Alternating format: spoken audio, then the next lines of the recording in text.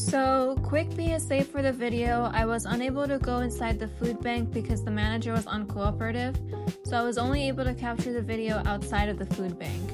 I wanted to show the food that was distributed and ask questions, but the manager was unhelpful and I was unable to move to another food bank.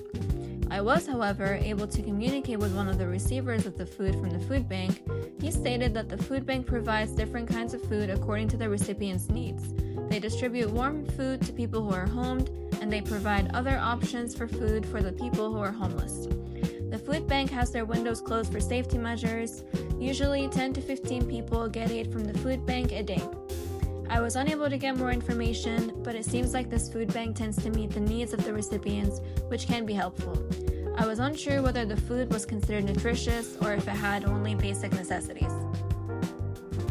However, recapping the article Reform or Transformation, the Pivotal Role of Food Justice in the U.S. Movement by Eric Holt Jimenez and Yi Wang, in the U.S., 50 million people are food insecure, and 1 in 9 residents rely on food stamps.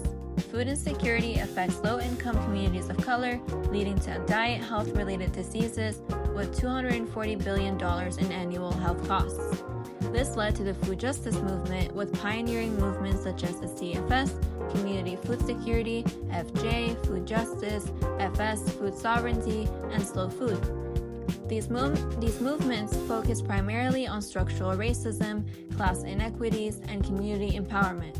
Inspired by the Black Panthers Party Free Breakfast program, the movement advocated for local ownership, redistribution of wealth, and dismantling food apartheid. Currently, Monsanto, Walmart, Cargill, and others dominate the agri-food monopolies, which the movements call to dismantle. These monopolies were built on exploitation of land, labor, and capital. The movements advocate liberalization from privatization of food and reform habits, including food aid.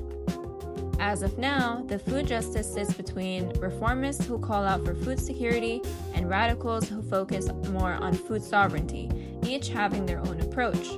The chosen alliance will determine whether the food system will undergo reform or transformation. True transformation, however, requires dismantling racism, classism, and corporate monopoly power. If food justice succumbs to the reformist agenda, it might reinforce the corporate food regime. If it is aligned with radical movements, it is more likely to drive systemic transformation towards equity, sustainability, and liberation. Hitting closer to home, approximately 1,504,632 residents relied on food stamps in 2022, according to the graph shared by FRED, the Federal Reserve Bank of St. Louis. According to the USC Dornsife, in Los Angeles alone, 30% of residents struggled with food insecurity. Among low-income households in LA County, 41% experienced food insecurity in 2024. The Los Angeles Regional Food Bank delivered 82 million pounds of food and grocery products, equal to 66 million meals, in 2024, which is 10% more compared in 2023. The president and CEO of the Los Angeles Regional Food Bank, Michael Flood, says the high cost of living and the impact of higher food prices are the leading cause for the food insecurity in Los Angeles County. Cuts to assistance programs also fuel food insecurity with low-income households. 29% of residents were affected by high rates of nutrition insecurity. 39% of CalFresh recipients are food insecure, with 45% of them facing nutrition insecurity. For WIC recipients, 24% are food insecure, while 47% are nutrition insecure. Research recommends the following: expanding financial support through CalFresh and WIC, making healthy, cultural relevant foods more affordable, increasing funding for food banks and pantries, and sustaining local initiatives to strengthen the food system over the long term. That being said, food insecurity continues to rise as families struggle with high costs and limited access to healthy food.